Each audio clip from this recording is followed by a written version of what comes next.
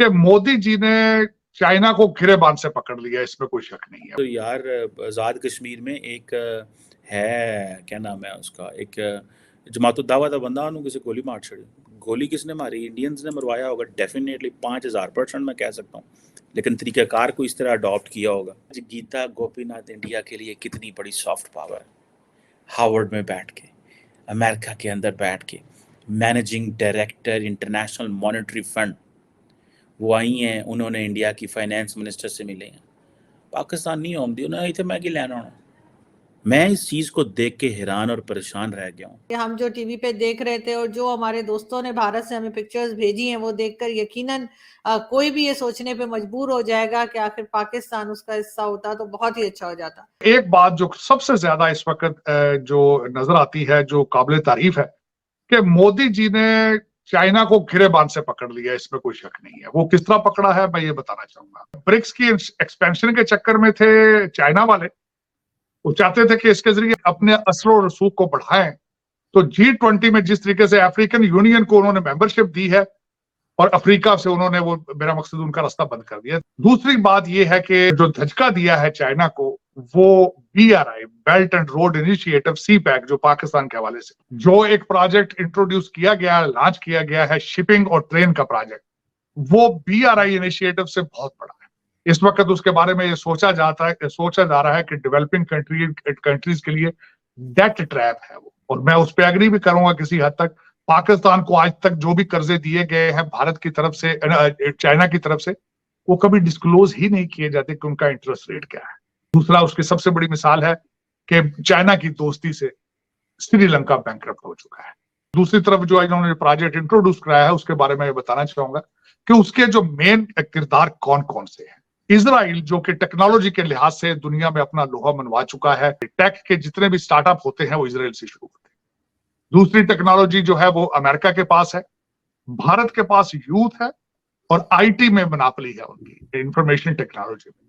जब cash rich country सामने आए, ऑयल प्रोड्यूसिंग कंट्री साथ हों, ये सारी चीजें जब सामने आएंगी तो चाइना किस तरह मुकाबला कर सकेगा। जिस तरीके से उन्होंने चाइना को घेरा डाल लिया है, चाइना का वहां से निकलना मुश्किल है। जो G20 की लीडरशिप है, जिस तरीके से पूरे साल से मोदी जी इस पे अपनी डिप्लोमेसी पे काम कर रहे हैं, अगर इसमें मोमेंटम कायम रखा उन्होंने, तो ये बिल्कुल बात सच होगी कि अगली सेंचुरी भारत की या ग्लोबल साउथ की सेंचुरी होगी। बिलखुसूस जिस चीज पर मैं तवज्जो दिलवाना चाहूंगा, वो लूला सिल्वा जो ब्राजील के, वो इंपॉर्टेंट क्यों है? क्योंकि अगली प्रेसिडेंटशिप G20 की ब्राजील के पास जा रही। उन्होंने कहा है कि जिस तरीके से भारत एक चीपेस्ट तरीके से चांद की एक ऐसी जगह पे लैंड किया है जो चंद्रयान 3 था, जहां पे आज तक ना रशिया जा सका है ना अमेरिका जा सका, और जितनी कम लागत में गया है। और ये वाकई ही दुनिया के लिए एक सोचने का मुकाम है कि भारत जो है, उनकी टेक्नोलॉजी और उनका नेशनलिज्म किस लेवल पर पहुंच चुका है। दूसरी बात उन्होंने की, उन्होंने बॉलीवुड की जो मूवी RRR है, RRR, उसके बारे में उन्होंने बात की, उसकी बड़ी तारीफें की उन्होंने। जो एक सबसे ज्यादा इंपॉर्टेंट चीज जो भारत के लिए फायदेमंद है इस G20 पे करने की, और जिस लेवल पर वो पहुंच चुके हैं, अमेरिका ने उनकी यूनाइटेड नेशन सिक्योरिटी काउंसिल के अंदर परमानेंट सीट को इंडोर्स कर दिया है। मैं ये समझता हूँ सबसे बड़ी अचीवमेंट है भारत की और मोदी जी। जो मेरे वतन अजीज के लिए सबसे अफसोस वाली बात है, वो भी आखिर पे ऐड करना चाहूंगा इस पॉइंट पे, जो जितने मैंने पॉइंट लिखे ऑब्जर्व किए। मोहम्मद बिन सलमान MBS भारत में, पाकिस्तान में 5 घंटे के लिए आने का उनका प्रोग्राम था, वो उन्होंने लास्ट मिनट पे कैंसिल कर दिया। ये मेरे लिए अफसोस की बात थी, पाकिस्तान के लिए अफसोस की बात थी। मेरे अफगान भाई जो आज तक अफगानिस्तान से बाहर नहीं गए, उनके पास कोई PhD की डिग्री नहीं है, ना आईवी लीग स्कूलों की, ना ऑक्सफोर्ड की, लेकिन वो आपको पीछे छोड़ के जा चुके हैं। आपको चाहिए अपने बच्चों को साइंस की तालीम दें, इनको जिहाद से आगे लेकर जाएं, इनको रोकें, इनको ये क्या सारा दिन सुबह शाम आप इनको जो तालीम देते हैं, इससे तरक्की कर पाएंगे? भारत को दुश्मन कहना बंद कब करेंगे? नहीं, ये गलत। आपने मेरे दिल पे एक और जख्म लगा दिया। आरजू टेक्स्ट बुकें बनाने वालों के अपने बच्चे लंदन में पढ़ते हैं ना भाई। आपकी एजुकेशन पॉलिसी बनाने वालों के बच्चे खुद तो अमेरिका और लंदन में बैठे हैं, और ये कायदे बना के इंडिया के खिलाफ और सबके काफर हिंदू करने वाले, ये तो कारोबार है भाई इनका। आज जब G20 का इजलास हो रहा है, इंडिया के अंदर समिट हो रही है, तो हमें इस चीज़ का अंदाज़ा हुआ कि पाकिस्तानियों ने जिन्होंने तालीम को छोड़ा और जिहाद और वेपन्स पकड़े, हम आज भी हमारे लोग उस मुकाम पे नहीं पहुंच सके बिकॉज ऑफ गन्स एंड जिहाद। जहाँ पे आप देखें कि इंडियंस जो हैं या इंडियन ओरिजिन के लोग कहाँ पहुंच गए हैं।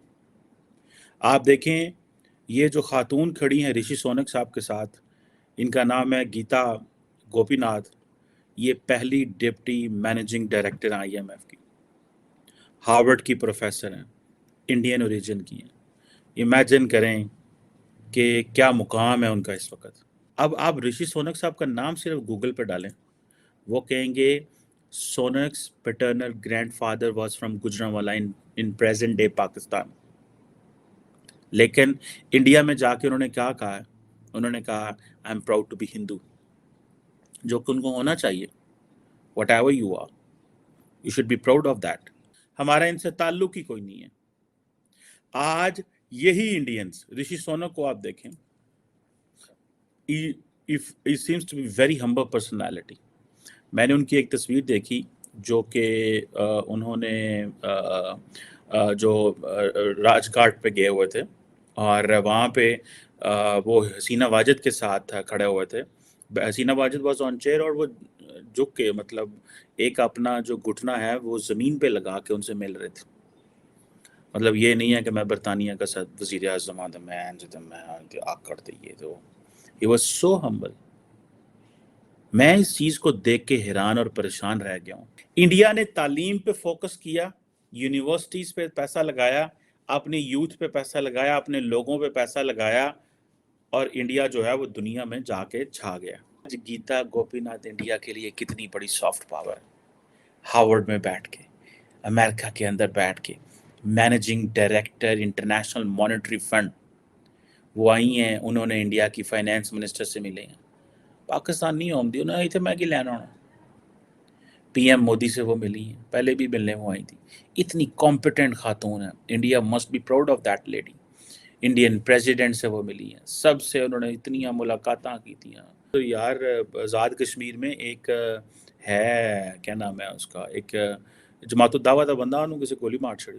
गोली किसने मारी? इंडियंस ने मरवाया होगा डेफिनेटली, 5000% मैं कह सकता हूँ, लेकिन तरीक़ाकार को इस तरह अडॉप्ट किया होगा। भारत ने सक्सेसफुली G20 समिट को ऑर्गेनाइज करवा लिया है और ये लगभग अब ख़त्म भी हो चुका है। इससे पहले ये कयास लगाए जा रहे थे कि G20 का जो जॉइंट डिक्लेरेशन होता है वो शायद ना आ पाए, क्योंकि चाइना और रशिया का टसल चल रहा है वेस्टर्न मुल्क से। और ये टसल की वजह है यूक्रेन वॉर, क्योंकि यूक्रेन वॉर पर वेस्टर्न मुल्क चाहते थे कि दिल्ली डिक्लेरेशन पे काफ़ी रशिया की आलोचना की जाए, लेकिन चाइना और रशिया ऐसा नहीं चाहते थे। तो जिस तरफ की भी बात अगर भारत नहीं मानता तो जो दूसरा पक्ष था वो इस डिक्लेरेशन पे साइन नहीं करता, और जब भी एक समिट के बाद जॉइंट डिक्लेरेशन नहीं आता तो वो समिट उतना सक्सेसफुल नहीं माना जाता। लेकिन भारत ने सबको चौंकाते हुए वेस्टर्न देशों को, साथ ही साथ रशिया और चाइना, सबको मना लिया और सब ने दिल्ली डिक्लेरेशन पे साइन किया।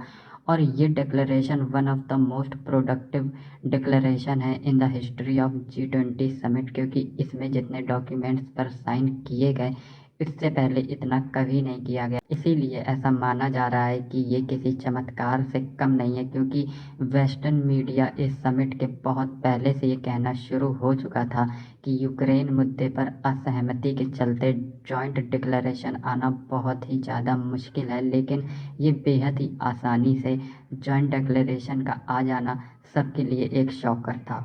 वैसे तो G20 समिट को पाकिस्तानी मीडिया ने ज़्यादा कवर नहीं किया, क्योंकि अगर वो कवर करते तो उनकी जो पब्लिक थी वो पाकिस्तानी सरकार से बहुत ज़्यादा नाराज़ हो सकती थी कि एक तरफ जहां भारत के अंदर दुनिया भर के तमाम लीडर्स आए हुए हैं, वहीं दूसरी तरफ पाकिस्तान के चित्राल एरिया में TTP के कंटिन्यूस अटैक्स हो रहे हैं और लैंड ग्रैब कर रहा है जिस तरह से TTP।